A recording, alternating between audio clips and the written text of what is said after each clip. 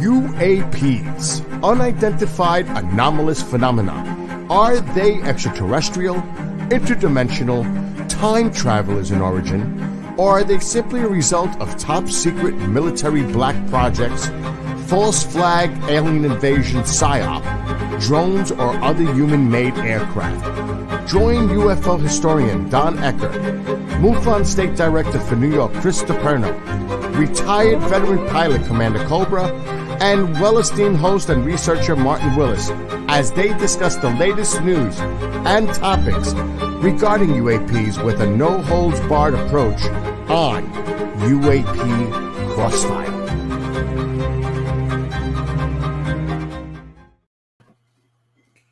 And ladies and gentlemen, a very hearty welcome back to another brand new edition of UAP Crossfire.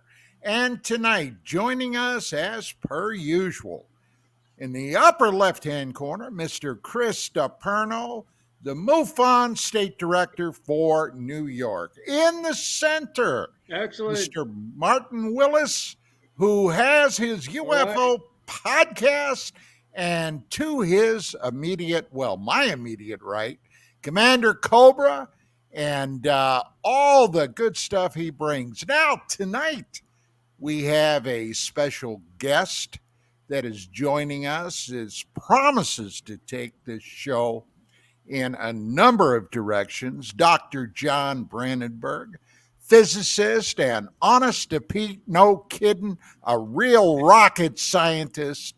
And tonight, I am your host, Don Ecker. I've been here since the beginning, much to the dismay of many. And with that being said, let's get this party started. Gentlemen, Chris, very good. Tell me, are you still snowed under up there in upper New York State? No, this is the craziest weather. It was 60 degrees the other day. Wow. And the snow is melting. I mean, we actually can see sidewalks now. And dogs are not getting stuck out in the middle of the snow. We don't have to dig them out. And so far, we haven't found any bodies in the snowbank. So, I mean, this is so far been a wonderful. That's February. A plus. Yeah. Well, we had a lot of bodies last year in the snowbank. It wasn't good when you were walking down the sidewalk and saw somebody's ankle hanging out the snowbank. Oh God! Yeah, it's never. And that's just true. I'm not making it up. That's how they never good when you're finding bodies out your front door. Yeah, Martin, how about you? You're way down south now, aren't you? Yes, for the winter down in South Carolina, y'all. It's pretty decent weather down here. You know, in the 60s. Balloon shoot down headquarters, South Carolina. Ah, right. Yeah. All good here. Well, I woke up this morning. I had to go in and give a test at the VA hospital. Did you pass? Today because I won't know until tomorrow. Uh-oh. But anyway, I've got a doctor's appointment tomorrow, just a routine thing, and I got to tell you, man, it was 38 degrees right here in sunny Southern California. That's crazy. We had freaking ice on our windshield. Oh God. Freaking unheard ice. of. I can't believe it. How many times have you seen that? We didn't forget you, Commander, but how many times have you seen that, Don? Not very often. Let me tell you that. Not very often at all. And getting now over to Commander Cobra, who lives up in Little Antarctica. Commander, how's that weather been up your way? Well, we're warmer than sunny California, and we're expected to hit the high 50s this weekend. So wow, that's just before the snowstorm comes after that groundhog predicted in early spring. So we're going to get one more. We're going to get one more slap up the side of the head. Another former Pennsylvanian who's screwing over the rest of us for sure. Well, let me tell you what. Here we go. We just are leaving this god-awful apocalyptic rainstorm that's been hanging in here for, good God, over a week. The mudslides and the road closures and trees coming down. It's unprecedented, by God. Don, if I can just grab one quick second, airing of this show, because we do it live, I do want to note that not very far from you, sadly, we lost a Marine crew in a 53 flying from Creech Field back to San Diego. And I'm sure the weather played a part in that tragic loss. We lost all 5 Marines. 5 Marines, yes.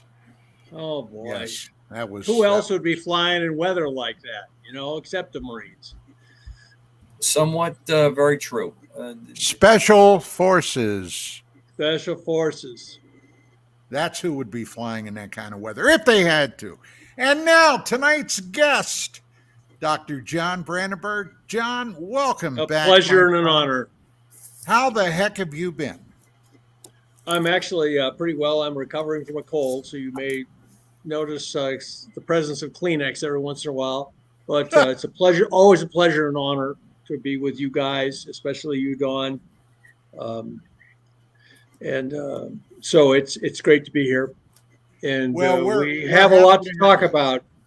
Yeah, the UAP thing. Now, do you personally know yourself? Have you ever spoken with Sean Kirkpatrick? Oh, no, not at all. Nope, no. He and I moved in different circles when I was in D.C. So, okay. And I left D.C. in 2002 after 9/11, and took my kids down to Kennedy Space Center, where I worked then for 5 years before moving to tropical Wisconsin. And so I know people who were much deeper. I worked in what's called Central MASINT organization then. It was MASINT means Measurements and Scientific Intelligence. So I was basically a scientific advisor to people from various import-export agencies and the military intel types, and heard a lot of interesting things around the coffee machine and the water cooler. Let me put it that way. Yeah, I'll bet you did. Which I then put in as science fiction. I said, I always wanted to write some science fiction. When I was at my farewell luncheon before going to Florida, I told the people I'd worked with, I said, well, I'd like to write a science fiction novel and maybe put some of the stuff in I heard, in the hall and around the water cooler into the novel. And they said, to my surprise, they said, very good, John, just as long as it's labeled science fiction. So I did that, and they told me they would read the novel, and they did. So they told me, several of them said they really liked it. Was that Morningside Pass? Morningstar Pass. I had two gorgeous women as the main characters, along with some rough, tough special forces types. I wonder where I got the inspiration for them, John. No idea. Well, look, we've been banging on the UAP question now, actually, since the beginning of this series, this episode, UAP Crossfire. Now, John, as our guest tonight, as a genuine, honest to Pete, no kidding, physicist and rocket scientist, what is your take right now, with everything you've seen, everything you've heard, on disclosure? Do you think that disclosure will finally happen? Yes, I do believe that. And there's an added complication that I've become aware of, or at least I've heard intimations of, is that various people will be highly annoyed with the human race if we undergo disclosure. if we do disclosure. The cover-up is essential to the operations of, let's just say, some other powers here at Earth. That's my understanding. Can you elaborate Can you elaborate with that, Dr.? I will elaborate in just a minute. I will say that I am aware that there are powerful factions within the U.S. government who are moving towards disclosure, that I believe are centered in the CIA, the Navy, the DIA, and other foreign intelligence agencies are actually moving toward disclosure. And this is being resisted by other factions in the U.S. government who don't want disclosure to happen till doomsday. And as far as elaborating, and I shared this with Dawn once again, in 1990, I published an article in the MUFON Journal where I had done an estimate of alien intentions regarding the Earth.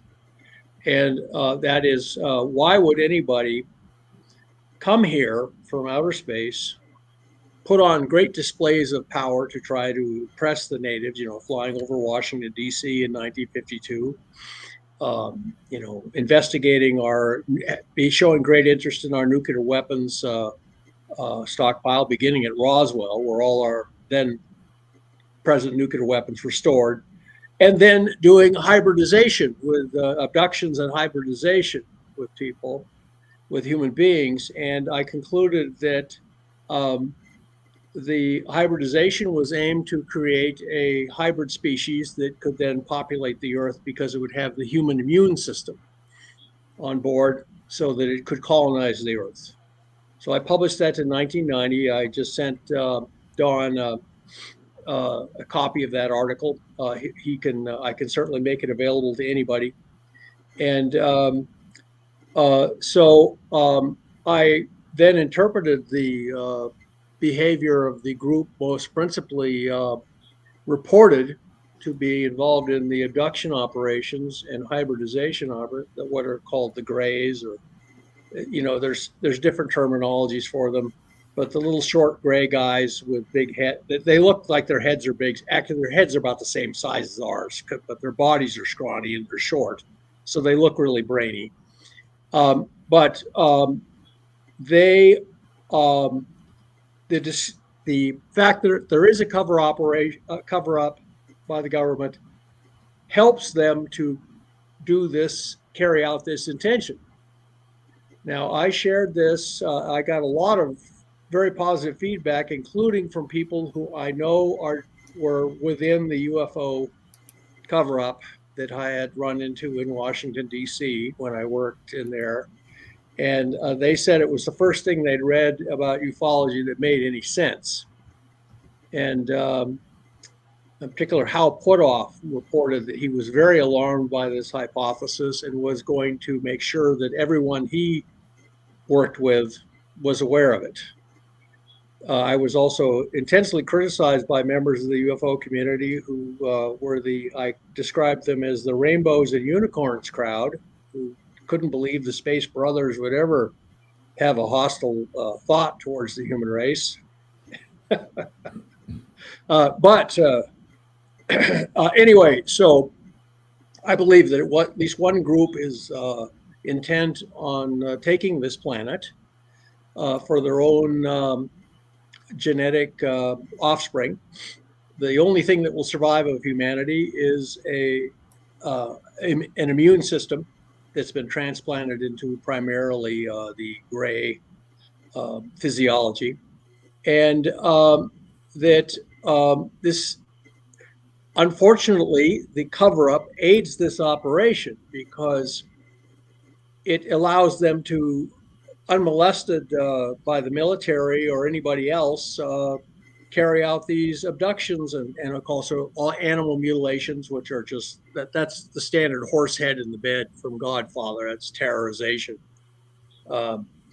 There was a number of incidents in Kosovo between the Albanians and the Yugoslavs, where the Serbs rather, where there was a lot of animal mutilations and women being abducted and raped and stuff like this.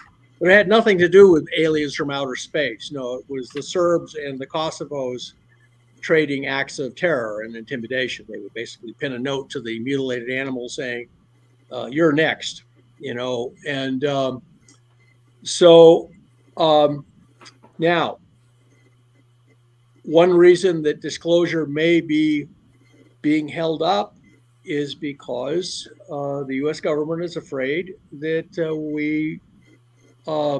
ending the cover-up may be viewed as a hostile act by some of the species who are operating here at Earth. And I will so I've sort of answered your question. I can speak to other issues, what I call to Don. I tell Don, I know what the big picture is, Don. I know what the big picture is now. Well, it's pretty scary, to be honest with you. Oh, it's fundamentally scary. And some people just completely reject it. They said, oh, no, that can't be true. That can't be true. And I said, yes, it is. It's just like when they've had those plans, you know, they picked up intercepts from the Japanese fleet moving across the Pacific 3 days before Pearl Harbor, and they were sitting there in Pearl Harbor. And they looked at all the intelligence on the table, and somebody said, nah, they would never attack us here at Pearl Harbor. The Japanese would never do anything that crazy. I mean, what you're describing is almost like an alien invasion. Because it is. Oh, it is. Yeah. It's a war of the worlds scenario. But if you read Sun Tzu, and you guys have all read it, there's two great works on war. There's one, Sun Tzu, which was done in ancient China, and the best way to win a war is without any fighting at all. You just intimidate your opponents and razzle dazzle them with psychological things and methods, and finally he surrenders without firing a shot or slinging an arrow at you. And that's also the cheapest way of war. Very cheap. Do you compared to von Clausewitz, who says great outcomes require great battles, because he was dealing with Napoleon, not ancient China. Dr. Brandenburg. Yes. Do you believe all the countries know this, or just the United States? Oh, I believe the British and the Israelis are very cognizant of this. So I think that they are actually, those are two of the intelligence organizations that are moving to try and end the cover-up. Wouldn't it be in our best interest to get this out to the American people or the British people or whatever country knows about this? I mean, yes, it basically sounds like a thing out of the X-Files where, somebody is saying, well, we'll just work with these people, and if they want to conquer the United world, they conquer the world. One guy I told this to accused me of being a racist. He says, because you're against alien hybridization. I said, these people are more related to insects than human beings. Physiologically, they're much different. I said, that's crazy. I told him a joke from my novel, by the way. This is told by an abductee. She's the blonde on the cover. She discovers she's an alien abductee, but she gets over it finally. She just wants revenge now. But she says her joke is an alien walks into a bar, a gray alien, and sees an attractive woman sitting at a table. And she says, he says to her, didn't I abduct you once? And she looks him up and down and says, yeah, I think that's right, but I'm not interested. As I remember it, you don't have any genitalia. And he says, that's not a problem anymore. I just got a big promotion.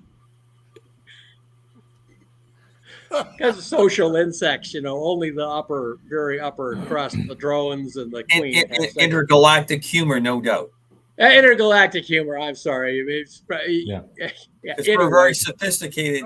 Martin, go ahead. Yes, Martin. First of all, I want to say I'm very proudly claiming that he actually sold the horse head that was in the Godfather. at auction. I think it was 2009, and the prop. Right. I was out in California. Yeah, I was thinking, when did you sell this? I think it was 2009. But anyway, you can find it online. I thought it had gotten pretty ripe by then, Oh no, it wasn't a real horse head.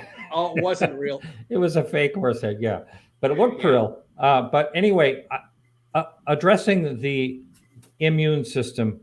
Yes. What about when it comes to things, like genetic research? How they see that even the Neanderthals had, an immune system, and how it develops through, all the changes in the environment and what we're up against for pathogens, all that during the many generations. They find, I guess they're studying the great white shark of all things. Apparently, he has a nice been here immune so long. system. What? It's been here forever too. Yeah. Yeah. So if you're going to operate on Earth as part of the biosphere, you have to have an immune system. If you're going to be an advanced animal, I mean, advanced more than a microbe, you have to have an immune system against all the pathogens, especially viruses in the environment and other microbes, Staphylococcus. This was, of course, the miracle that saved the human race in the H.G. Wells novel, War of the Worlds, which was the first novel about an alien, an invasion from outer space. And I read that thing, and I was, as a young man, was very deeply impressed with it. By the way, one of the things that he mentioned basically was the psychological collapse of the human race in the face of this assault by the Martian war machines. But on occasions, artillery and naval gunfire brought down the alien tripods. It wasn't, if the human race had just gotten organized and fought back ferociously like it was supposed to, they could have stopped the Martians, because they had one thing where a artillery shell went right into the hood on the top of the tripod, and it knocked it down. And then of course the iron that was called a torpedo ram, or what it was, knocked down 4 alien tripods. So he was a good writer, and he knew that psychological aspects in warfare, in conflict, are almost as important as technological ones. And so I published that to make the alert that we were facing a dire threat to the future of human existence. And I got a positive response from a lot of people. So I know that's out in the system now. And I'm very... There's a great question in chat. Say, do you think the Greys have an agreement with the government, and that's why they're not disclosing this? Do you think there's some kind of agreement? There's always been I'm 100%. I'm 100% sure that there's always been a rumor that Eisenhower met with had an agreement that abductions could take place and experimented on as long as we get technology. Is there any? Do you know of any truth to that? Or well, I first learned of this possibility from John Lear, who did fly for Air America, and he was close to. Actually, it was Continental Airlines, and this theme of an agreement with the government actually goes back to Lear's original hypotheses that he put up on the original Paranet computer bulletin board service, okay, and then on the computer serve. What the hell was it? CompuServe, CIS, CompuServe information. That's where this originally originated. I just thought I'd throw that in. It has now been echoed by the former head of the Israeli Space Intelligence Service in 2 years ago. He says, yes, we have an agreement with some alien group. He didn't single out which one. Now, the story I heard was that Eisenhower met with Pleiadian kind of people or very humanoid aliens, and that was, they wanted us to give up our nuclear weapons. And he wisely said, if they're not important, why do you want us to give them up?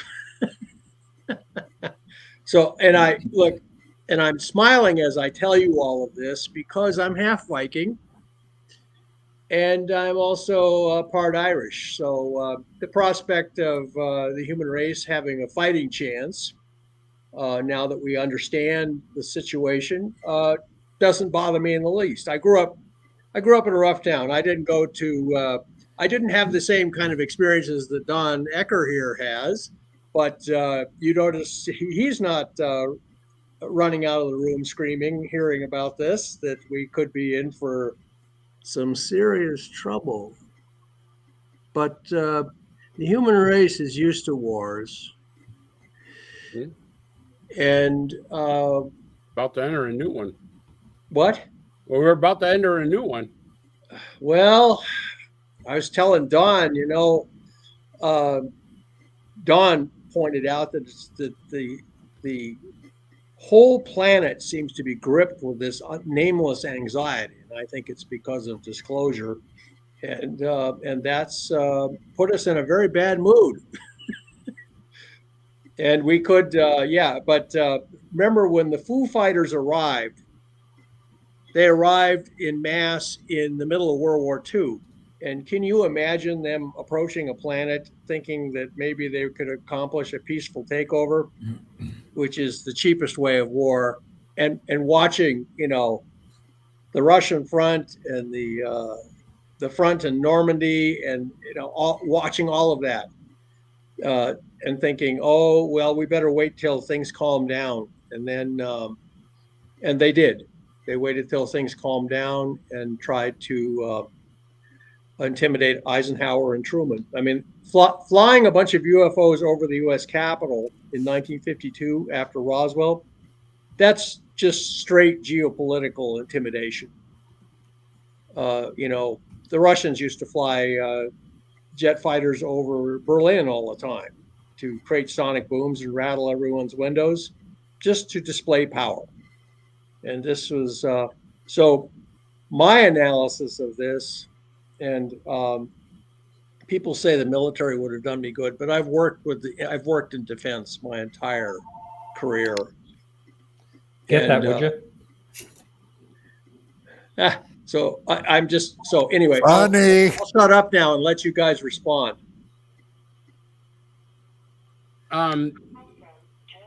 Go ahead, Mark. Commander Cobra, do you want to hit anything? Yeah, Dr. Brandenburg, as always, great to see you. Thank you, Commander. On my show back in the old days. Let me ask this: what do you think the motivation is to make an agreement where the end result is you're not going to survive? Obviously, the people that made the agreement know this. They just figure they're going to be eaten last, as the expression goes. What's the motivation, though? I think their initial motivation was that they trusted, they felt intimidated by the aliens and kind of wanted to get along to move along with them. They felt that their technology was far superior to ours, that we weren't spacefaring, we had no space capabilities. We barely had nuclear weapons. I think that they thought that they could manage this relationship. And then it's only, when I wrote this thing, and some of the people from the inside, and I put it in the novel, by the way, Morning Star Pass, The Collapse of the UFO Era, people reacted like, oh my God, could this be true? So it was, I think that it was a revelation to a lot of people. Now, so I think that people did not think that was what was going to happen. we basically had to just connect the dots, and like every intelligence estimate of enemy intentions, you basically come up with your best guess, and that's what I did. And apparently, so I'm very glad I did it, and I still believe it strongly. And I believe that the UFO cover-up aids and abets this program to try to make hybrid beings to colonize the Earth with. Well, So- John, let me just butt in for 1 second, Commander. Sure. So you agree with my contention that there is a quote unquote core secret to this? Yes. Yes, and I it do. is encompassed by a special access program, which Yes, I by do. its very nature, only a handful of that many people knew what the real story was. Exactly, Don. You put it very concisely in your disclosure document. Yes, there is a core secret, and I think this is it. Now, yes, but Commander, please continue. I'll be quiet. So the core secret is two parts as you're presenting it, Doctor. The core secret is, yes, we've had alien contact, and we know that this alien contact is not friendly. That Yes. ultimately it's to displace us on this planet. That is Correct. the goal of one group at least.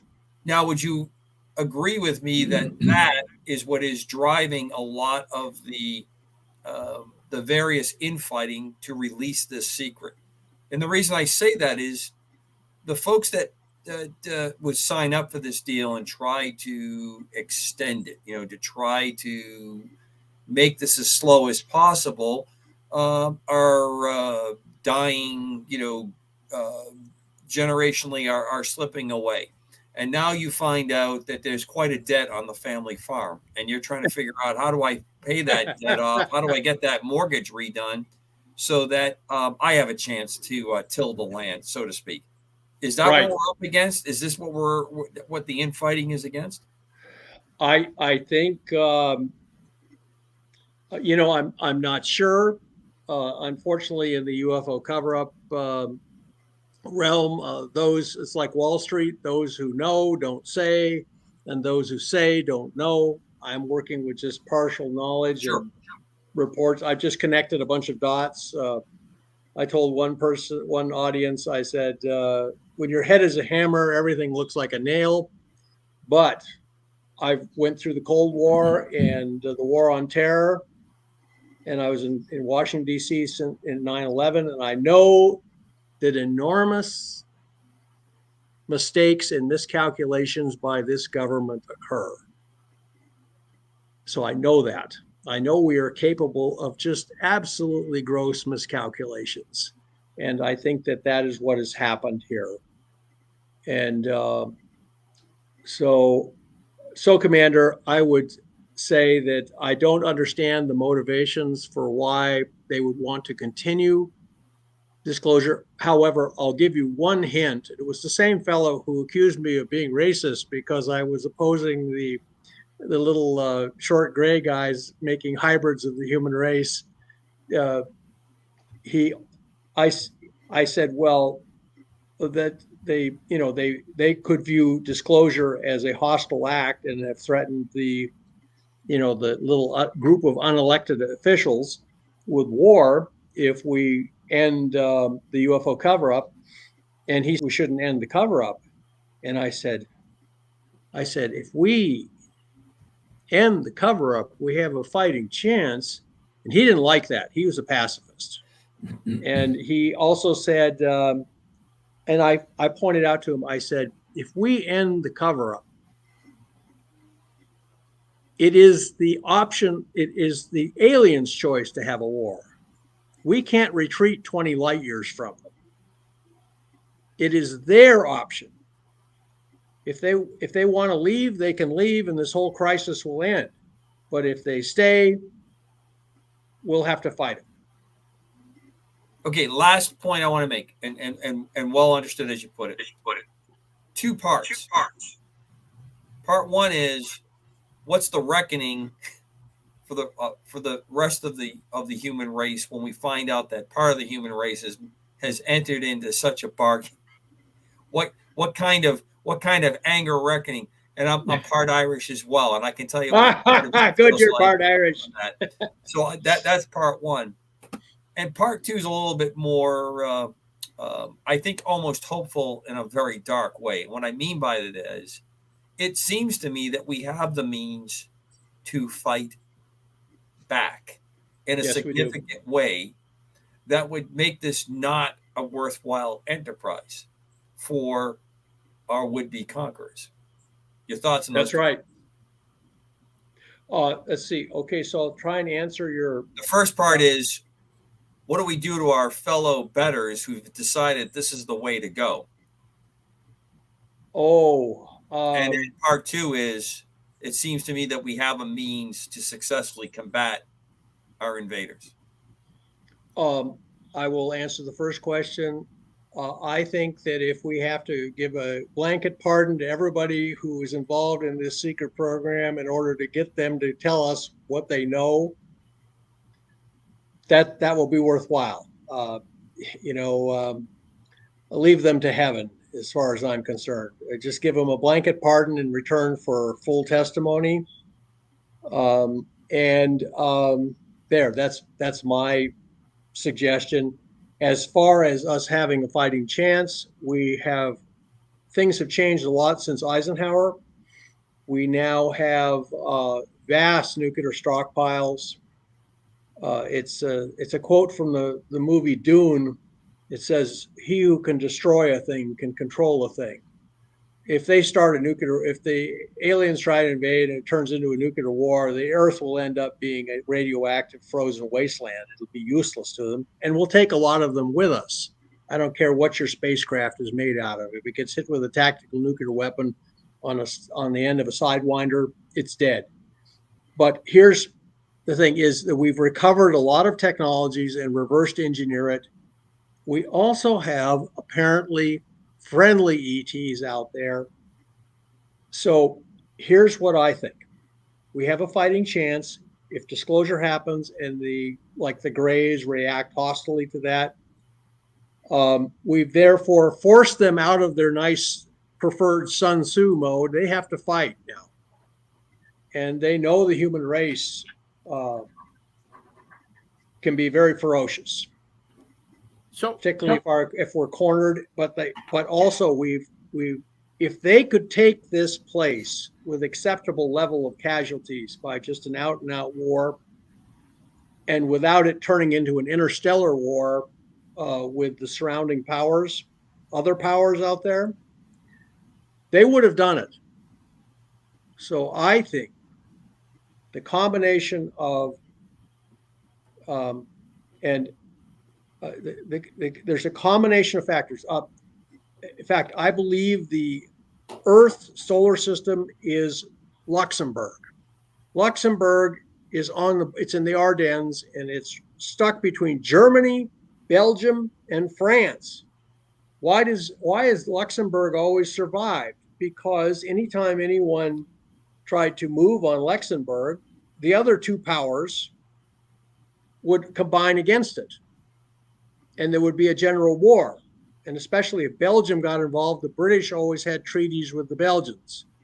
So it would turn into a European war if they tried to just take Luxembourg. So Luxembourg has survived because it's wedged between three major powers. So I think the human race, believe it or not, is in the same kind of strategic location. I ask you, how can many species reportedly visit here if this is not some sort of neutral zone? This doesn't seem to be a zone controlled by any one entity. I believe in organized crime, they call it open city. So I guess you're saying we're an open planet. We're an open city. In fact, if you look at and I've shown this to Dawn, we are actually in this almost dead center in what's called the local bubble. Look it up on the Google local bubble or local void. You'll find that we're surrounded by a wall of stars. If you look down from the top of the galaxy, we're surrounded by a wall of stars but our region has very few stars, and we're dead center in the middle of it. We own Boardwalk and Park Place, as it turns out, in the great cosmic monopoly game. So the reason many people visit us, and we seem so much, and we get so many visitors, is because we're in the center of a neutral zone, apparently, in space. And that means if one entity tries to control this place, other entities will oppose it, just like Luxembourg has survived, because it's in the center of three powers. And in fact, you can't take Luxembourg without risking a general European war. That's why Luxembourg succeeded. And Bastogne, by the way, center of the Battle of the Bulge, is right on the border with Belgium and Luxembourg, to show you how strategic it was. So I believe that we have friends out there, or at least people who don't want the Greys dominating this place. We have a lot of recovered technologies now, and we have enough nuclear weapons. According to Philip Corso, we assembled enormous nuclear stockpiles in both the Soviet Union and the United States, precisely to deter an alien invasion during the Cold War. And I believe Martin, yes. You had something. Martin, yes. Yeah, sorry.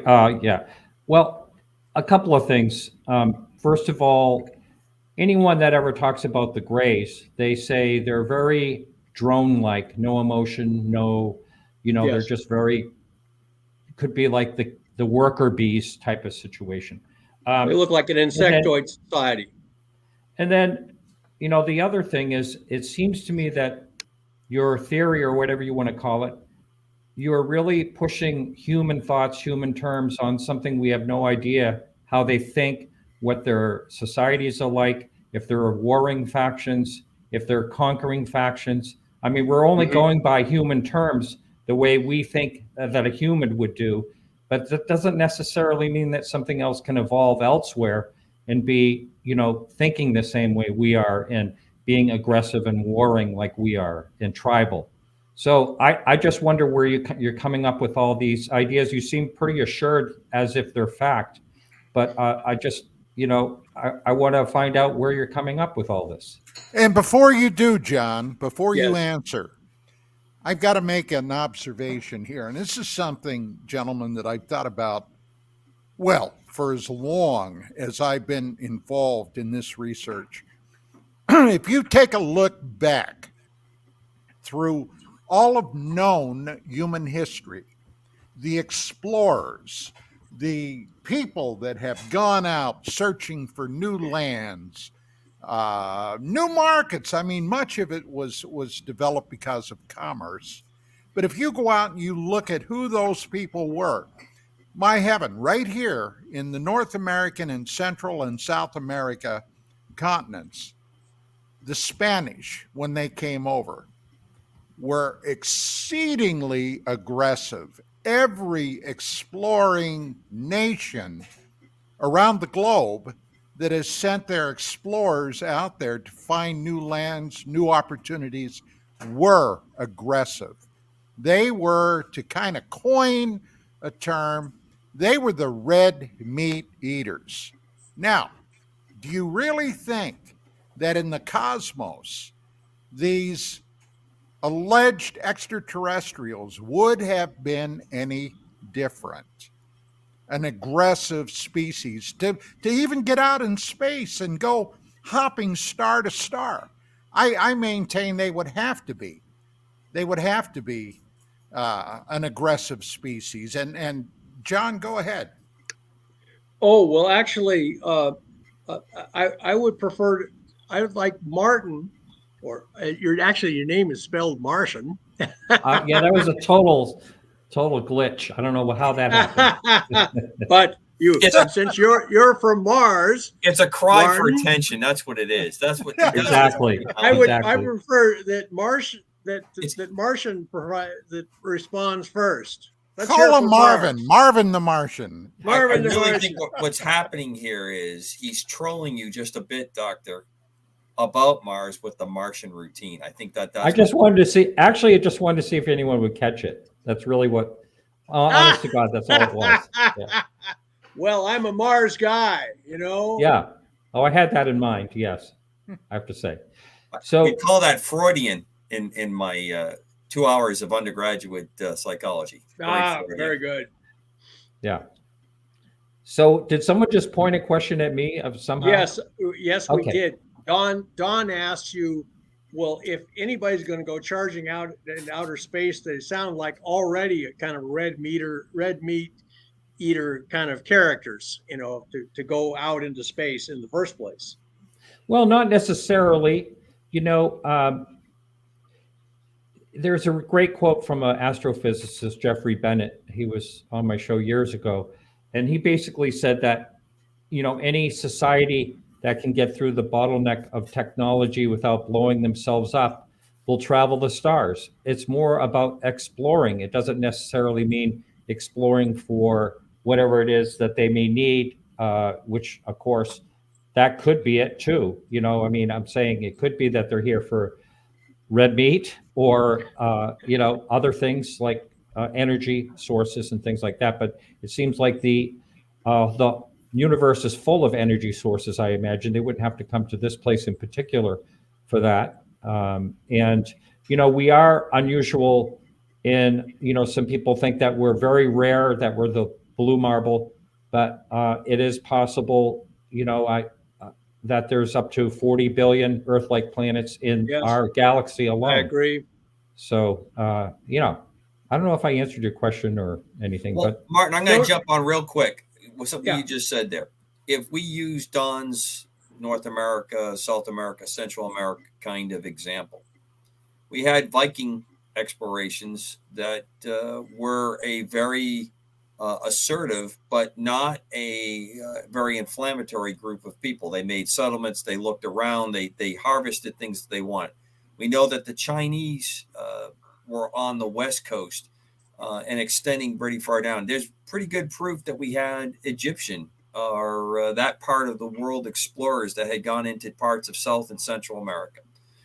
So you have a number of groups, but when then you have the organized groups like Spain and other more organized European powers. But look at Columbus. Columbus was pretty peaceful, but he also was a gatherer. He brought a number of Native Americans from this part of the world back to Europe. And then you had the organized explorations that started on all sides, to include Asia as well as Europe coming to this part of the world. So I think there is room for both to fit in there. I think what Don and Dr. John, and obviously correct me, gentlemen, the ones that tend to make it stick are the ones that the good doctor said, who kind of view the world with their only tool in their hand or mandible is a hammer, and everything else is a nail to be struck.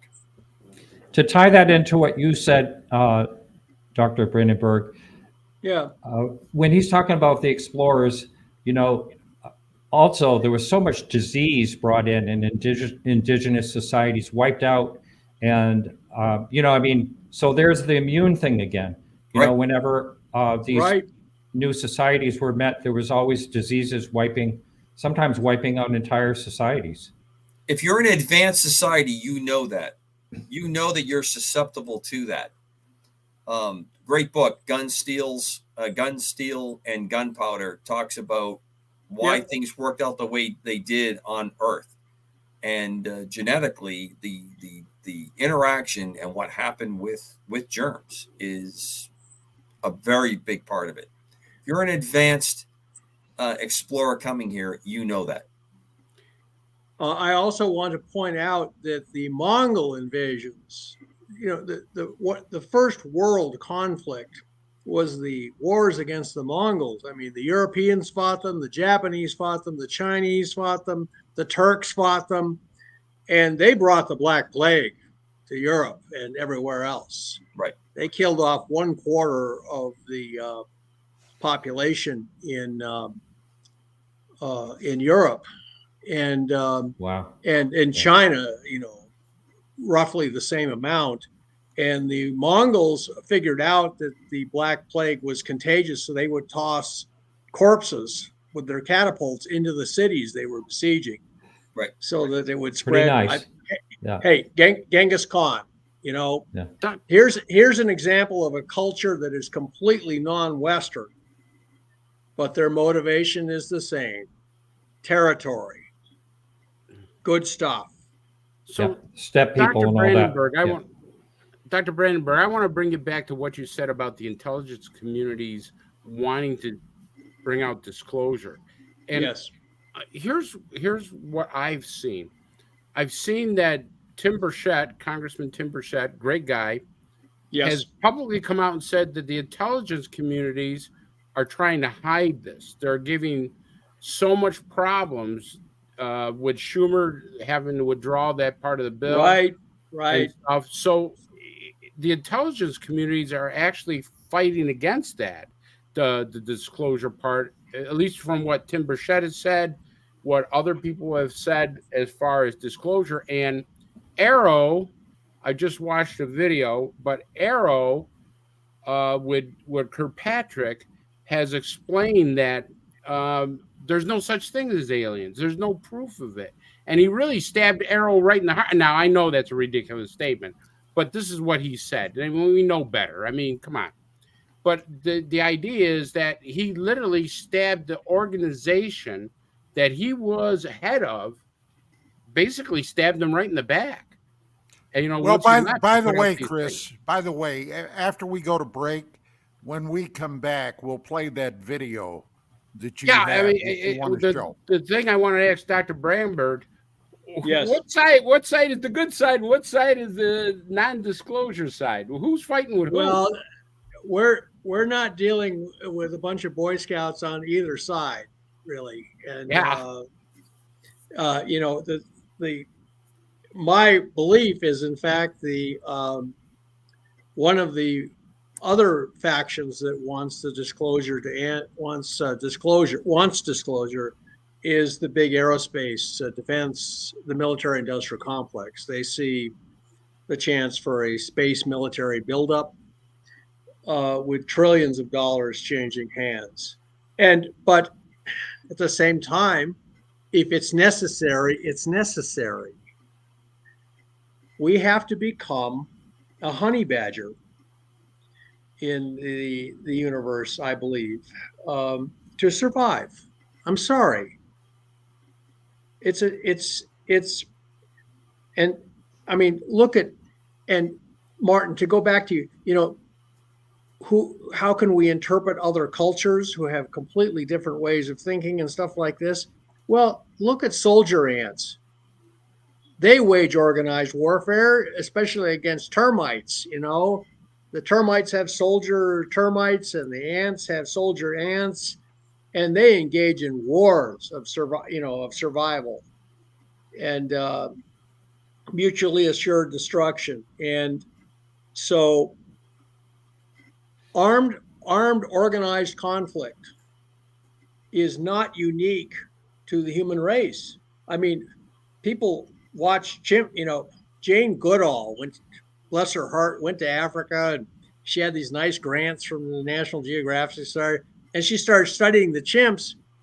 And then after she kept reporting, oh, they're really nice to each other. And then after a year, she figured out, oh no, they're killing each other. And different tribes of chimps would actually raid the tribe that was kind of hanging around her encampment for the free bananas. And there was a very high murder rate among the chimps. And then on nights of the full moon, there would be battles between her chimps and the other chimps in neighboring tribes. And she tried to report this to her sponsors. And they said, oh, you can't publish that. Our grant money will dry up.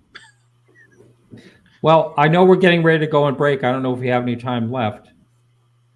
We got about 1 minute. Okay. Just quickly on that. I understand what you're saying. You know, I mean, Sure. when something evolves, it needs to survive the food source or whatever it needs. But let's just say that we have an advanced society that is way beyond what we can imagine. They survived by not killing each other. I would imagine maybe they did in their past, but I would think if they're evolved enough to be traveling the stars and doing what they're doing, then maybe they evolved societal ways that means not harming each other. Maybe. But do we get you know, included in that contract, Martin? Are we worthy to not be served up for dinner? Yeah. Are we their food source? That's a good point. You know, are they looking at us like a prime rib? Well, gentlemen, hold that thought until we Hold come that back. thought. Ladies and gentlemen, this is UAP. I get to respond to Crossfire. Martian here after the break. Okay. I better change my name. Martian, Martian, Tonight- Martian. It's always tonight, Martian. Dr. John Martian, Martian, Brandenburg. Martian. And we'll be back, so stick around. Very good. Very good.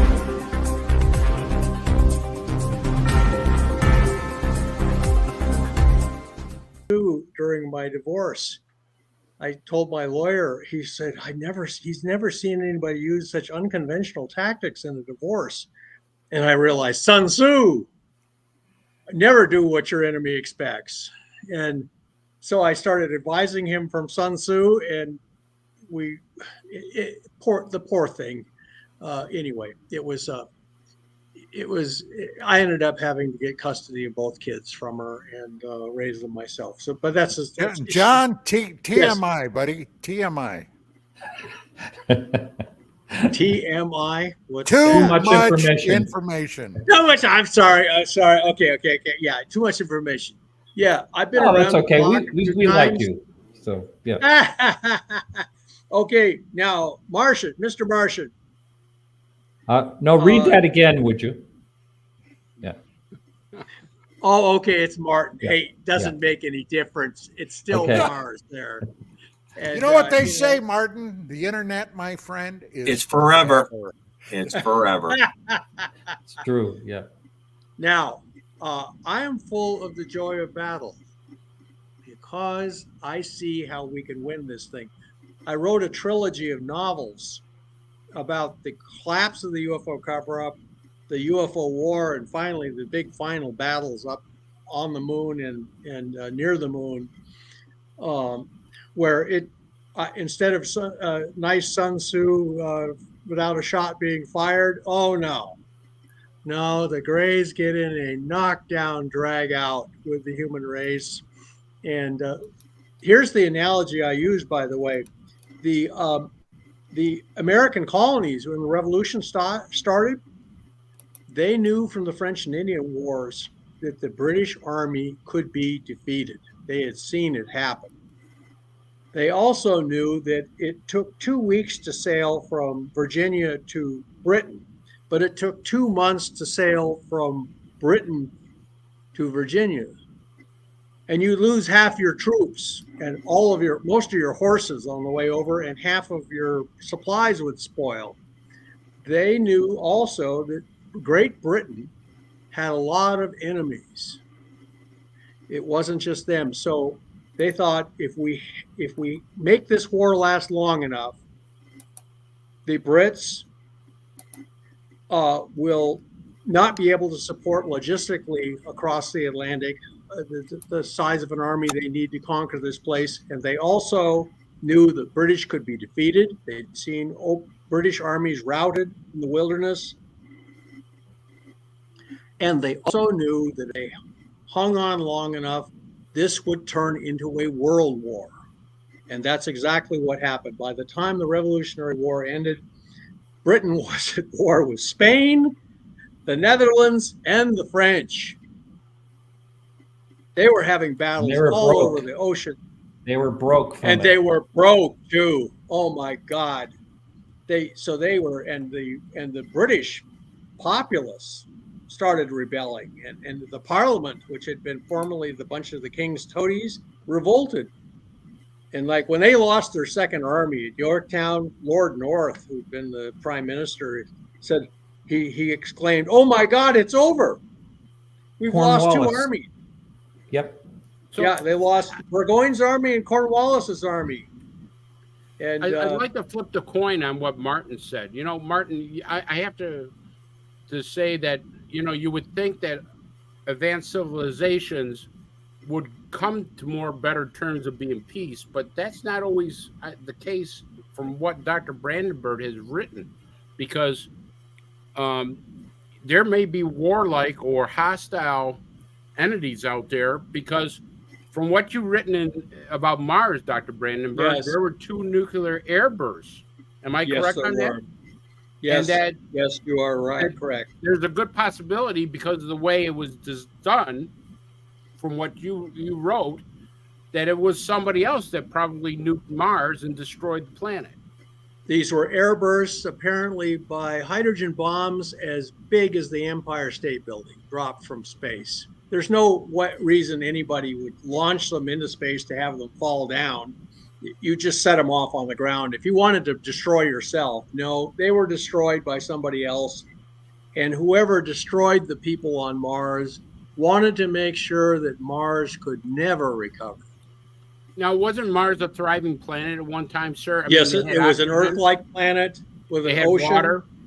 Yes, much One of the water evidence like that Earth. you found rust, correct? And you Yes, can't have rust. without oxygen. If you look at pictures of Earth from space over the Sahara Desert or even the American Southwest, you see they're bright red. Australia, bright red. Look at pictures from space of the Sahara. It's bright red. It's because of the high oxygen content in the Earth's atmosphere oxidizes the iron to the highest oxidation state, which is called hematite. It's named after the same thing as blood pigment. Iron likes oxygen. So Mars had an ocean,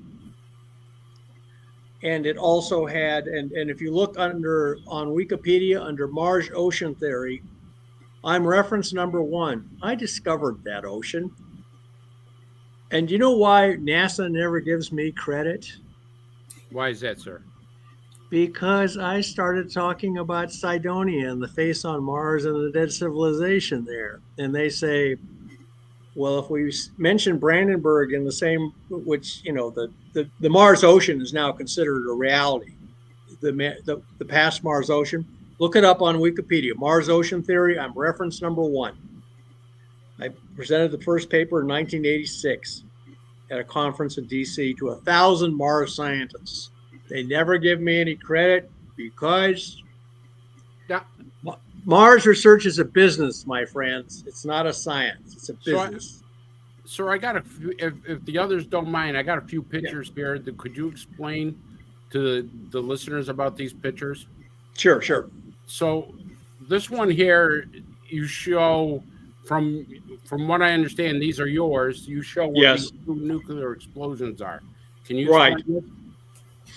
The biggest nuclear explosion was apparently to the northwest of Cydonia Mensa. Now, the winds on Mars are actually cyclonic winds, just like on Earth. That means the weather comes downwind. So all of the fallout and the most powerful shock waves, plus the fact that since they detonated it over the ocean, tidal waves as tall as 100-story buildings then hit the coast where the face on Mars at Cydonia Mensa is. There's a second archaeological site, which I discovered and published at a place called Galaxis Chaos. The smaller nuclear explosion was to the northwest of that. So the explosion sites where, by the way, there is trinitite glass, etched glass. Correct. The nuclear weapons were like a million megatons each. It didn't matter if there was an ocean there. They just blew the ocean away. They blew all the atmosphere away. And you think, why would anybody indulge in such complete overkill on a planet? And I think, well, why did Genghis Khan make pyramids of heads when he would take a city that resisted him? It was to make the other cities surrender quickly. Yes. Go ahead, Martin. The magnetosphere is why a lot of scientists have said that that's how that Mars lost its water, its atmosphere. You're saying it had nothing to do with it? Huh? No, that's bullshit. I'm sorry. And is that the scientific term, Doctor? I just want to get that. That's a scientific term. Yes, Yeah. bullshit. Yeah. Profound. In fact, that is profound bullshit, because look at the planet Venus. It's closer to the sun. It has a very dense atmosphere. The solar wind's constantly, it's got a very dense atmosphere. It hasn't eroded its atmosphere at all. Well, it's a different type of atmosphere. And does that No, it's atmosphere... CO2. It's CO2, the same as Mars. We don't know do we know what Mars was on Mars for an atmosphere? It still has a bit of an atmosphere. It was originally that was wiped out. We don't know, but it looks like it was oxygen rich, had nitrogen, probably a lot of CO2 also to make a greenhouse. And methane. To trap heat. And methane, yes. And on Mars now, in the spring and summer, oxygen levels and methane levels in the atmosphere rise, and then they drop during the winter. Mars is breathing even now. It's got a residual tiny biosphere. And Martin, I realize this is all hard to digest. I've had to digest it for years. I will tell you, when I found out what probably happened on Mars, I will confide that I wept like a child for about 3 minutes. But I said, Brandenburg, get a grip on yourself. This is serious business. You get around yourself, and the good thing is, even though it's a terrible thing to discover, and Commander, I know you want to talk, Martin, the best thing is that we know it now. We know it. So I'm sorry, Commander, please. No, I John, we've had the talk on Mars, and I appreciate the deep emotional sentiment that you have. But that's how you kind of approach your science, and I like that. It has the conviction that I appreciate. But I've seen a couple things come up in chat. So 3 quick things. Sure. Audience is interested in your take on JFK. And I think they're asking from a conspiracy kind of capability. I've seen a couple pieces on it. Mars edits via Google, and what your impression on the Tic Tac. 3 things. The Tic Tac that was seen about 10 years ago now, off the coast of California, and was seen by Commander Fravor and the battle group. Yes. Your thoughts, please. The first question was, let's see. JFK. I'm sorry. JFK. I'm drawing a mental block. If there's what your thoughts of cover up, what was going on there? What do you think? Well, we all know that JFK was a rather colorful character in his private life, and he had a lot of enemies. And to me, it's quite plausible that a UFO cover-up faction would be one of the factions that wanted him dead because they felt he was about to make disclosure. And that is, we have it on good account that that's what he was going to use the speech in Dallas that he was supposed to give to talk about. Well, the reports were that he wanted to collaborate with the Soviet Union on the UFO question. Oh, yes. So there was you could understand, a lot of people would be very unhappy with what he was plotting to do or intending to do. And we do have a memo between him and the CIA where he was talking about, bringing everybody up to speed on the UFO thing. And, but at the same time, remember the show Dallas? Yes. Yes. And JR got shot. And then there was the thing, who shot JR? And the Dallas police are investigating, and they basically had to rent an auditorium to interview all the people who might be suspects in the death, in the trying to kill JR because he had so many enemies. And I mean, my favorite theory of why JFK was killed was that it was Joe DiMaggio put a contract out on him because he killed Marilyn Monroe, his former wife, that DiMaggio was still in love with. I mean, there were other women who apparently were killed because they'd had affairs with JFK and were ready to blab to the press about them. And so he had a whole bunch of skeletons in his closet. And so it is. And then there were the Cubans. Oh, the Cubanos. And the Cubans were betrayed by JFK.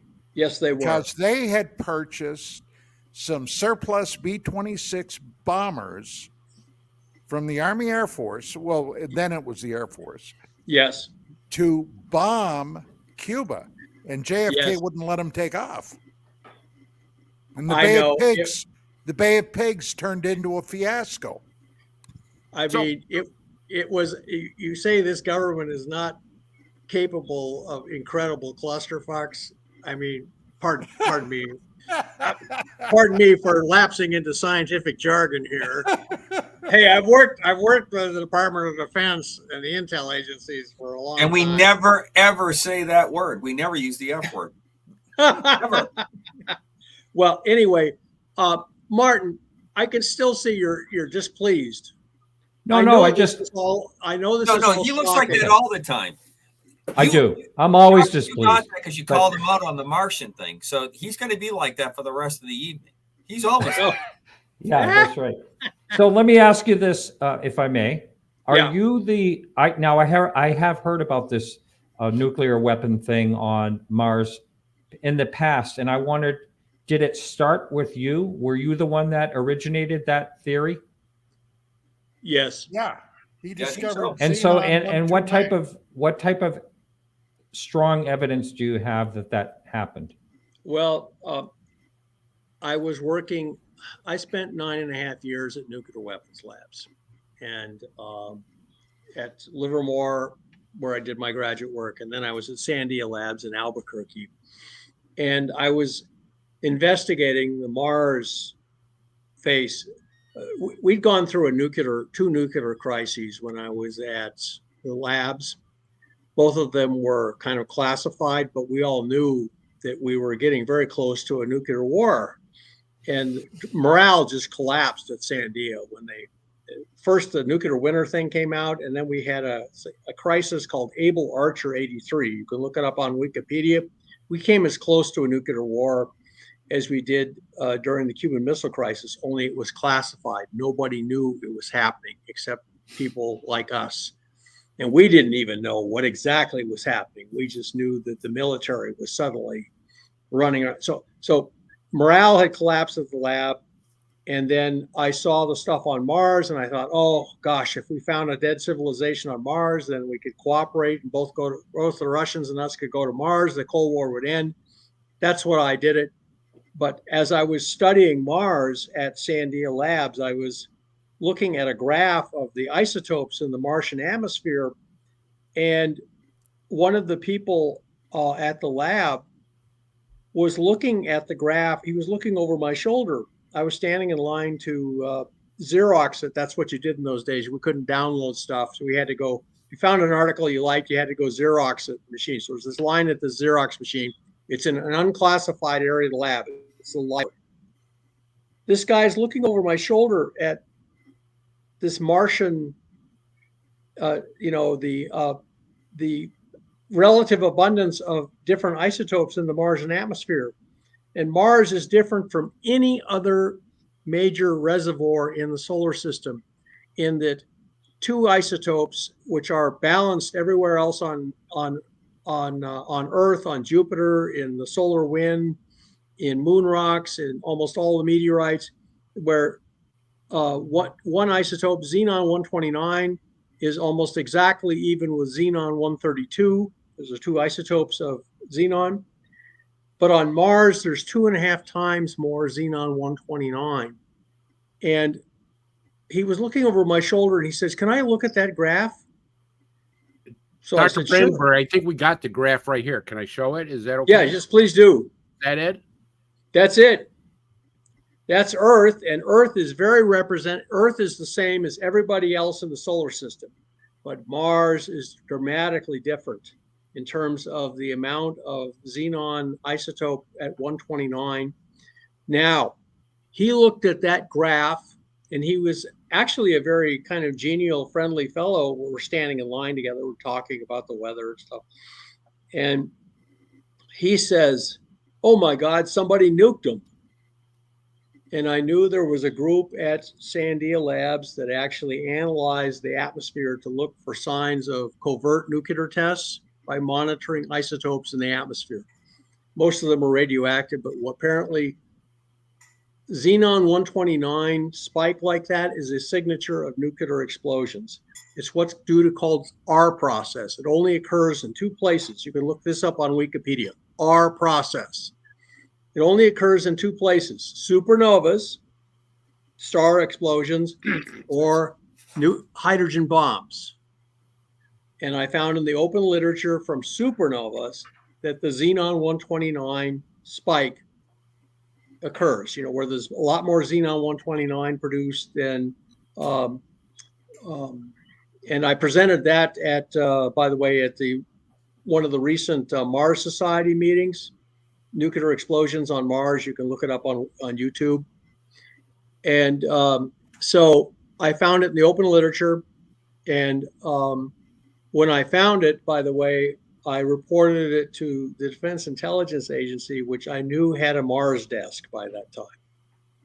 I knew they had a Mars desk. So I called up the person I knew was at the Mars desk, and they sent over somebody and listened to my whole thing about why there was nuclear explosions on Mars. The guy took a lot of notes. It was very serious. He says, I said, "What do I do? That I found this, and I mean, I was working with a high security clearance at the time. And I said, "What do I do?" And he said, "We'll get back to you." And I thought, oh brother, that'll, a million years from now, they'll answer. No, 6 weeks later, they sent me back a message through channels saying, "We see no reason to classify this. Why don't you publish it?" So they wanted it to come out. So you're talking to the clueless tool of the US government, or at least a faction within it. They wanted the nuclear war on Mars to come out. So I have brought it out. So wouldn't you say there's a theory that if somebody nuked Mars, the hybridization product is just a different type of war? They said, "Well, look, we really screwed up this planet Mars. Maybe we can conquer this." Oh yeah, Mars was good to nobody after they nuked it. And by the way, that actually happened before the dinosaurs on Earth. It happened hundreds of billions of years ago. So whoever did it is long gone, and but you can imagine that if this planet, look at this planet compared to every other planet in the solar system, where would you want to live? Here. This planet is very valuable. It's got a lot of water, a lot of resources. It's got an atmosphere you can breathe without a spacesuit. It would be a great place to have. I mean,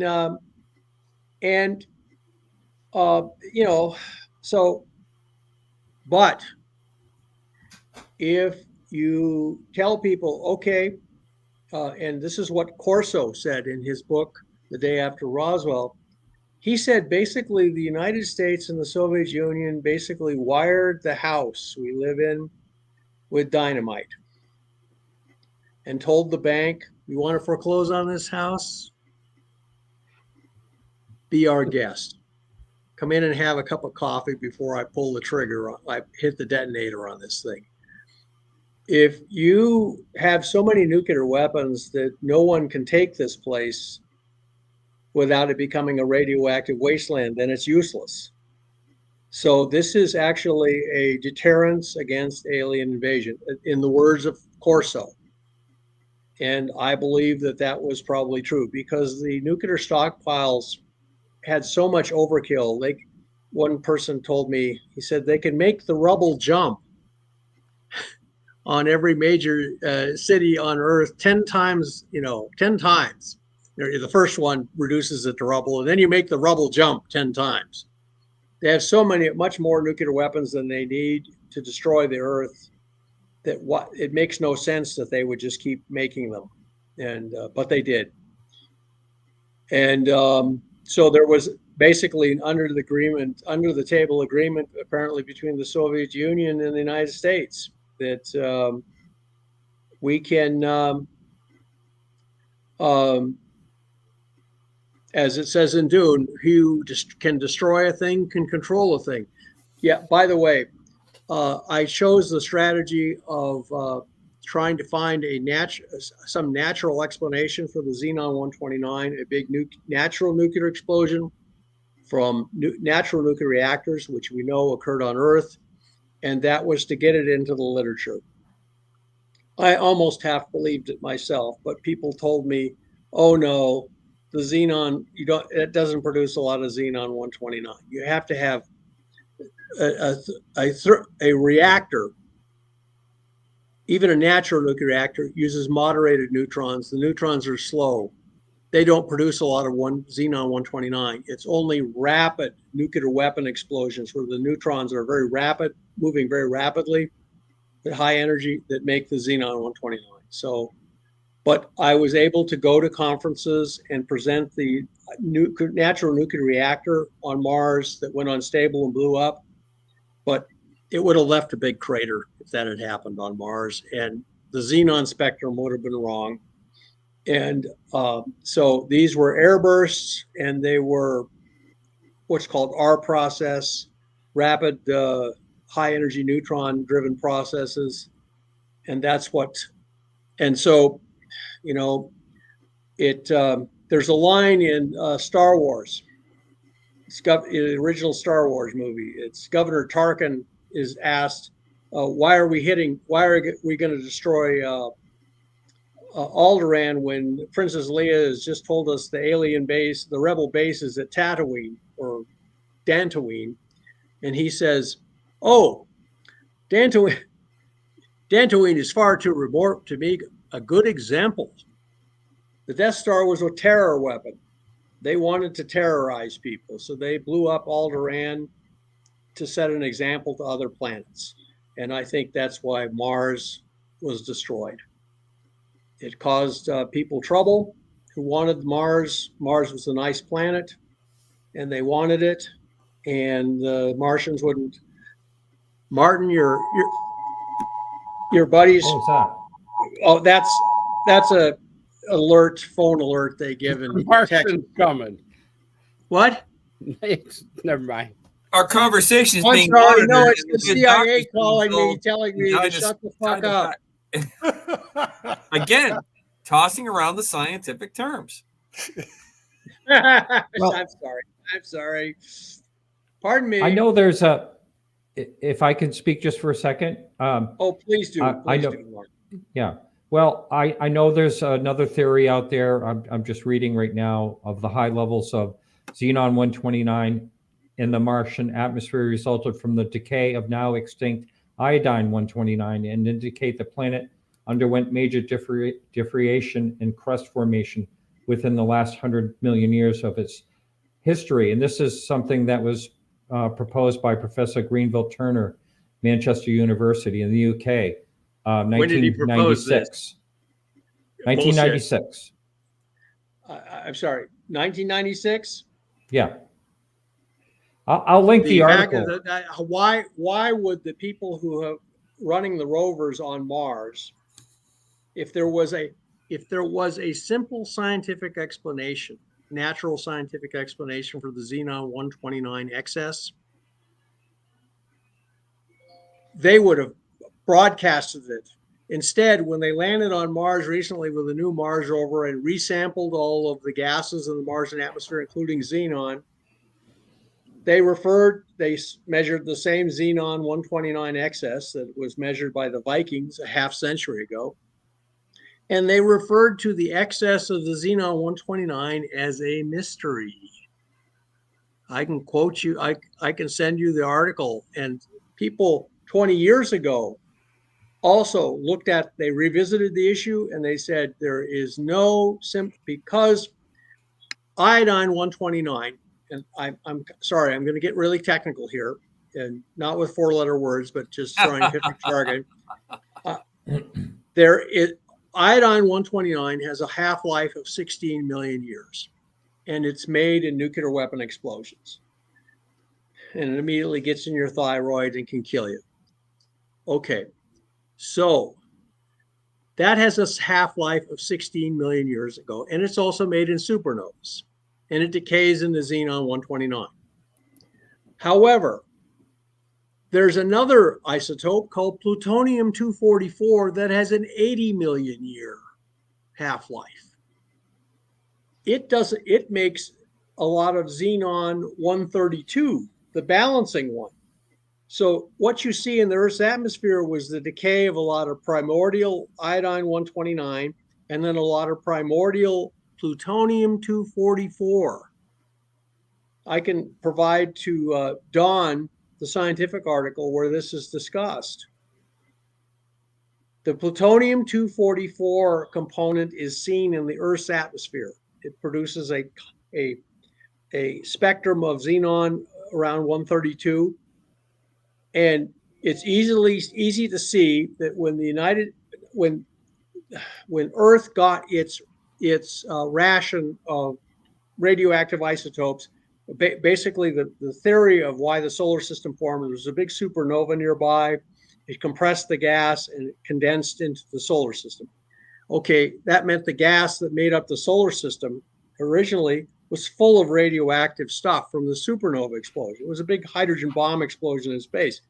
Okay, it produced a lot of iodine 129, which decays to xenon 129. It produces a lot of plutonium-244, which decays into xenon 132. The other half, by the way, it's called the Dolly Parton distribution, by the way, by again, very scientific. Because it's two peaks like that. And so now, okay, the iodine 129 all decays in 16 million years, and then, or half, it's decaying on that time scale.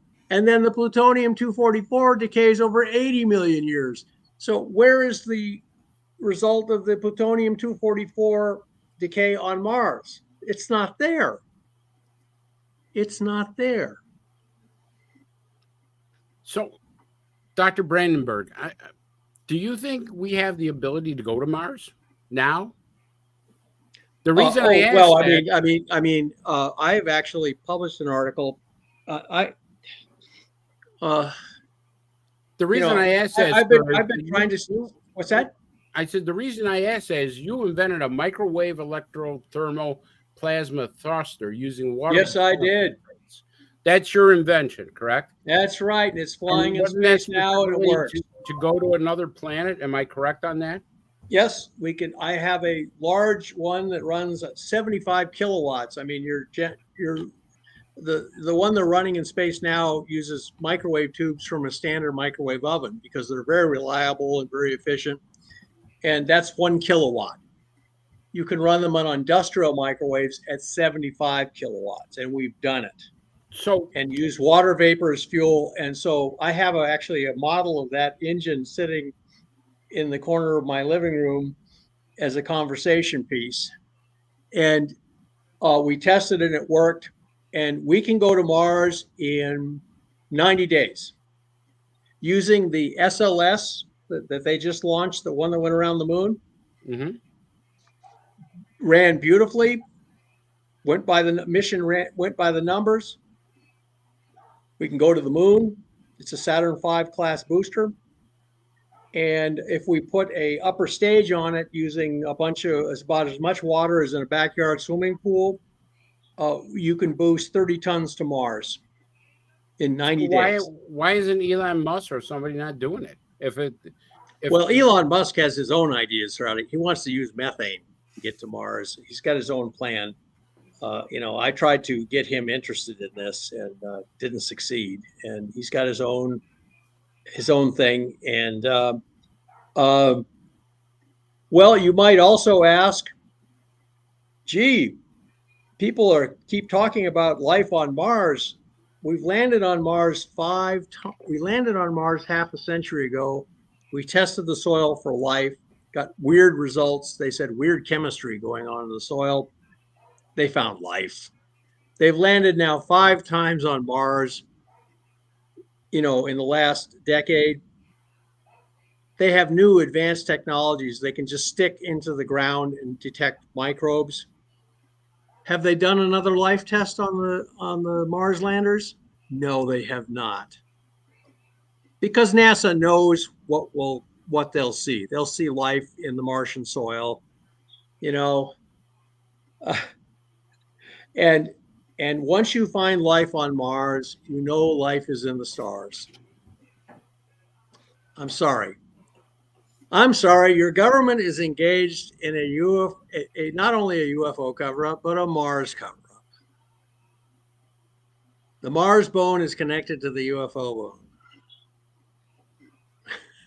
If the UFO bone goes, so if the Mars bone goes, the UFO bone goes, and if, in the words of one of the characters in my book, if the UFO bone goes, the head of this government will fall off. Okay, I've been pretty quiet during this. Yes, you have, Don. Yes, you have, Don. I'm going to be. And I've got a question, John, for you and for everybody for that matter. My very dear, very late friend, Zachariah Sitchin, passed away a number of years ago. Yes. And he wrote a series of books which ultimately ended up a historical analysis of the human race, especially in regard to ET. Now, yes. His book that came out around 1988-89, titled Genesis Revisited, actually was the book that put me on to the story of the Phobos 2 Soviet probe that encountered a huge anomaly in Mars orbit. But in that book, Sitchin related from sources he had in the Soviet Space Agency. There was still a Soviet Union then, okay? Yep. That when Phobos 2 went to Mars, okay, before it ultimately was destroyed, it was doing a surface scan of the Martian planetoid, the Martian planet, yes, and detected quite a few what Sitchin termed as hot spots on Mars. Yes. Now, Sitchin theorized that these were reactivated space bases. Now, everybody almost universally agreed that Mars is geologically dead. Okay. Of course it is. So, if that's it's what everyone dead, says, where in the hell did the hot spots come from? John, do you have any theory about that? Well, let me first tell you, as a piano player in the whorehouse that is the Mars science community. Ask me what goes on upstairs. I don't know. I just play the piano here. And no, if they're now recording Mars earthquakes, how can you say the planet is geologically dead if it's having earthquakes? And then they have told us they've sworn on a stack of Bibles that there are no hot spots on Mars. And yet one of the volcanoes apparently erupted. It produced this, they said it was a weird linear cloud came out of the top of this mountain. It stretched for like 1,000 miles, and it was obviously volcanic plume. And they said, well, it's just a weird cloud. We don't understand it. These people, it's just like, Fauci, being asked about COVID. couldn't recollect exactly any of the facts 100 times during the hearings, apparently. The NASA determines what questions get asked, what inquiries get made, what research is focused on, because it controls the grants. And I can tell you from my stint in academia at the University of Central Florida that the modern university system, academia, runs on grant money. If you don't bring in grants, you don't get tenure. You don't get raised to being full professor. And you can kiss your chances of being head of the department here goodbye if you don't bring in grant money every year. I'd worked as a defense contractor, but I'd never worked in such a money grubbing place as academia that I experienced at University of Central Florida, right down there next to the Space Center. And these scientists, they're just trying to have a career, and they have to toe the line. If they go to NASA headquarters and say, I'd like to investigate why the oxygen levels in the Martian atmosphere rise in the spring and summer, and the methane levels also, the person at the desk at NASA says, we'd prefer you investigated something else. And if you want any grant money from us, you're going to play ball. And so they fall into line because their career depends on getting grant money from the government. So the government controls the agenda, the questions that are asked, and the answers that are given are all controlled by NASA, especially JPL concerning Mars, by the grant, because they control the grant money to academia. I'm sorry. Martin, I can see you're upset by this. You're upset again. I'm saying all these upsetting things. Commander, no, I'm reading. Dark glasses. I've been reading about that there's a paper, a research paper, I guess, from two scientists that say that Alba Mons has been erupting nonstop for the last 500 million years. This just came out in January 2023. So I think it's interesting. That's all. Well, I wish I had the pictures of the strange linear cloud, they called it, stretching from the summit of this one volcano. But what would that? What would an erupting volcano?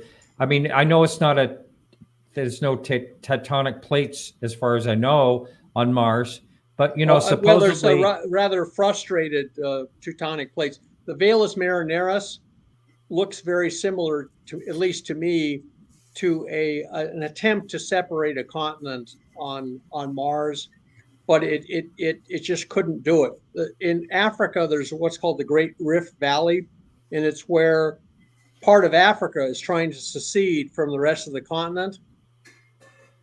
No doubt this will create many tribal wars when it happens. If anybody survives. The French will become immediately involved but so there's this big rift valley in Africa, and the Valles Marineris, if you took away God forbid, if you took away all the vegetation and atmosphere from Earth, you would see this long trench that looks just like the Valles Marineris, only it's in Africa. And so that's what I think. And the Valles Marineris terminates with a bunch of spider cracks and then 3 volcanoes. And one of them, I believe, is Ariza Mons. And so there does look like there was an attempted tectonic plate formation, but it failed. It just couldn't do it. Well, the core, that's really what a rotating core is what causes that magnetosphere. Is that? Yes, is that's that right? A rotating liquid core. So supposedly that stopped, like 4 billion years ago or something, a long time ago. Yeah, Mars is only 1/8 the mass of the Earth. So that has a lot to do with things staying on it so too. It cooled like off. atmosphere. It cooled off quicker. Earth still has a lot of geothermal heat, and that runs the. But Martin, you must also understand that when the solar wind hits the Martian atmosphere, as does at Venus, there's no magnetic sphere, but it generates a dynamic magnetic field. It acts like a dynamo.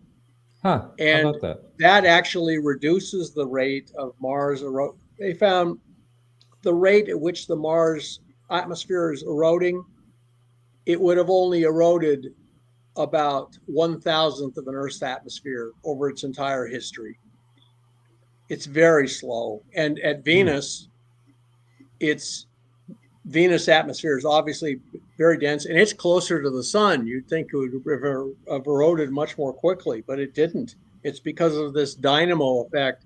The solar wind hits the Martian and Venetian atmospheres, and it carries in it embedded magnetic fields, and they get concentrated. They basically form a dynamic magnetosphere at the, it's a little bit like when you drop water on a hot stove, and if the stove isn't that hot, it just spreads out and evaporates. But if it gets really hot, the water actually forms a vapor layer and insulates itself, and that's why you get these marvelous, bubbles of water, blobs of water racing over a hot stove surface, and not touching it. And that's what happens in nature. Nature has ways of kind of short-circuiting processes and making what's called the hovering glob of water over the hot stove kind of effect.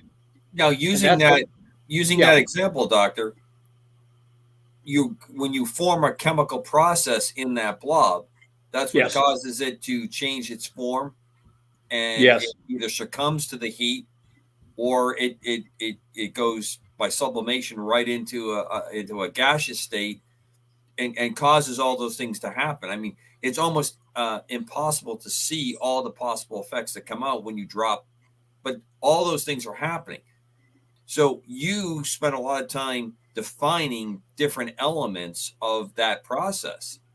Yes. That occurs over and over again, instantaneously, but repeating in almost an infinite amount of opportunities. Once again, the math major, trying to prove that he has some kind of, knock here that he can throw it on there. I won't throw the F word because you and Don have used it way too much tonight. But I want you to know that in the math, I apologize for that. I object. I did not use that word. Yes, you did. Before we came on the air, that doesn't count. Like, you dropped that like the hydrogen bomb as big as the Empire State Building on Mars before we came on here. Okay, well let's be honest. That happened. Hey, Doctor, our producer's got a question for you. Sure. He wants to ask about the Russian scientist Eugene Podnikov or whatever the hell it is. That Moscow called back and confiscated his research. Oh, they did. As soon as he started seeing anti-gravity in his lab, and he was doing his work in, I think it was Finland. The KGB showed up and said, "You're going back to Russia, comrade." And they packed up him and all of his stuff and packed him off to Russia. And he wanted to ask if the Tic Tacs are ours, or do the Russians have an advanced propulsion system? Because they're bragging about their hypersonic. I don't really know. I tend to think the Tic Tacs. Wait until Tucker Carlson's interview comes out. We'll find out. Yeah. Oh, by the way, wait. Before you get on that line, you almost said it, but you didn't say it. Tic Tacs. Are they ours? Are they extraterrestrial? Do you think the technology is spread across the planet if it's ours? The producer wants to know. Oh, I tend to think the Tic Tacs are extraterrestrial. That's my own. Finally, someone on my. That's my own. Yes, but someone's on my side. There you go, Martin. Yeah, finally. I got a quick question, if you don't mind, going back to the Xenon 129. Couldn't that have been produced by the formation process of Mars? Because that is a stable isotope of Xe. Oh, it is, and so is 132. But like I said, the Xenon 129 decays over 16 million. So you've got a bunch of xenon 129 forming in the Martian atmosphere. So you had an initial spike, maybe. And then the plutonium 244, which is roughly in equal amounts, it decays and produces the other half of the Dolly Parton distribution. And people had said, oh, well, Mars released all the stuff from the iodine 129, but for some reason confiscated all of the stuff from 80 million years, 60 million years later from the plutonium 244, and has kept it confiscated for 4.5 billion years. And I'm sorry, that is just not scientifically plausible. People have looked at these models of, somehow selective embargoing of releasing 129, but embargoing all of xenon 132 from the longer lived isotope. And they said there's nothing viable there. They just say it's a mystery. We don't know. Well, here's another thing. I know we're running out of time, so I'm just going to, and I don't want Sure. to hog the whole thing, but the problem, if there was civilizations of some kind, is that the erosion on Mars is so very, very slow. Wouldn't you, even if so much time has gone by, but wouldn't you still, because of the very slow erosion, you'd see some type of signs of civilization? I'm not talking about the face, which is, an image that they've proven is a natural, unless you have an argument against that. I do, but please Okay. continue. Please continue. No, that's basically, that's really, We got just under 4 minutes, gentlemen. yeah. That's it for me. I really have talked too much on this show. No, So you haven't, Martin. You made very good comment. All of you guys have been great to work with on this thing. Doctor, And, what about fusion? One of the oh my God! Now you want to talk about something really controversial. You only have 3 minutes to give us the whole 3 minutes to talk about fusion. No, 2 minutes and 30 seconds. Don, that's got to be a subject for a different thing. I'm sorry, Chris. Yeah, it really does. Okay, so note that the doctor does not want to talk about fusion. Everybody on the planet, listen to this. He's backing away from fusion. It's very controversial. Martin, just to answer your question. It's always good to see you. You're right. It's you guys. I really have enjoyed being on your show, and thank you for the good questions. And we're not done yet. Okay, well, let me tell you something, Martin. If you believe that they have put the face at Cydonia and the pyramid beside it, by the way, that is a dead issue. What about the photos you've seen from, I can't remember, not what they call, it's not the orbiter, but it's something else. There's a lot of different pictures of that show that it's not a face, from different angles. It is a face. No one would ever manipulate that information. I mean, we could devote an entire, Don, that's another show. All right, because so I would like to show you these two shows. There's the Fusion show, and then the Martin F. Lies show. And I'm sure that night Martin will spell his name Martian again. Martian again. And Martin, I have. If you look at the book Death on Mars, I have all of the pictures. It was scandalous the way they tried to spike the face on Mars controversy. That's all I'm going to say. And it's all in the book Death on Mars. Before we jump, I do complete with frame numbers. Anyone can look up the frame numbers. I just want to jump in.